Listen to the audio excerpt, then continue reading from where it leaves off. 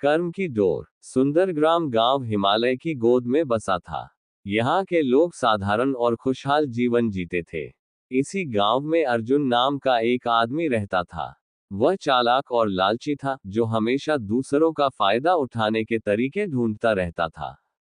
जबकि गांव के अन्य लोग कड़ी मेहनत करके अपनी आजीविका कमाते थे, अर्जुन शॉर्टकट्स की तलाश में रहता था।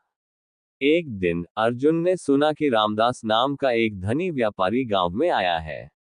रामदास ईमानदार और उदार था, और गांव वालों के लिए एक आशीर्वाद जैसा था। अर्जुन ने सोचा कि वह रामदास को धोखा देकर उसकी दौलत हड़प सकता है। उसने रामदास को एक नकली भूमि सौदे का प्रस्ताव दिया, जिससे बहुत लाभ होने का वादा किया। रामदास अर्जुन की बातों में आ गया और उसे बड़ी रकम दे दी। अर्जुन ने उस पैसे को लेकर गांव छोड़ने और किसी दूसरे शहर में नई जिंदगी शुरू करने का सोचा। जब वह निकलने की तैयारी कर रहा था, तब उसे महेंद्र नाम का एक भिक्षु मिला। महेंद्र ने अर्जुन की बेचैनी को समझा और उससे बात की। महेंद्र ने कहा, अर्जुन, क्या तुम जानते हो कि कर्म का क्या मतलब है? जैसे कर्म करोगे, वैसे ही फल मिलेगा। अच्छे कर्म का अच्छा फल और बुरे कर्म का बुरा फल होता है। अर्जुन ने हंसते हुए कहा, तुम्हारे शब्द अच्छे हैं, लेकिन दुनिया चालाक लोगों को पुरस्कृत करती है। महेंद्र ने उत्तर दिया, सच्ची दौलत सोने में नहीं, मन की शांति और दूसरों की मदद में होती है। तुम्हारे बुरे कर्म तुम्हें दुख देंगे।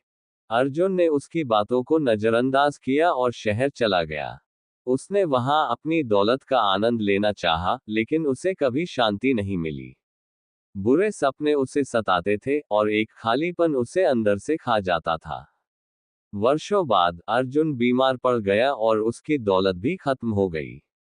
वह पश्चाताप करते हुए सुंदरग्राम वापस लौट आया। उसने रामदास से माफी मांगी। रामदास ने उसे माफ कर दिया और कहा, अर्जुन, मैंने बहुत कुछ सीखा और पाया है।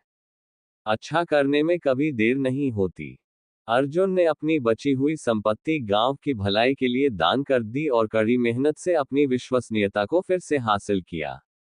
धीरे धीरे गांव वालों ने उसे फिर से अपनाया। अर्जुन की कहानी, जैसी करनी वैसी भरनी, के सत्य को उजागर करती रही। अपने अंतिम दिनों में अर्जुन शांति से रहा, और महेंद्र ने उससे कहा, कर्म का नियम सिर्फ प्रतिशोध के बारे में नहीं है, ये प्रायश्चित और परिवर्तन की संभावना के बारे में भी है। अर्जुन ने एक मुस्कान के साथ आंखें बंद कर ली, एक नई शुरुआत की उम्मीद और प्रायश्चित की कहानी छोड़ते हुए।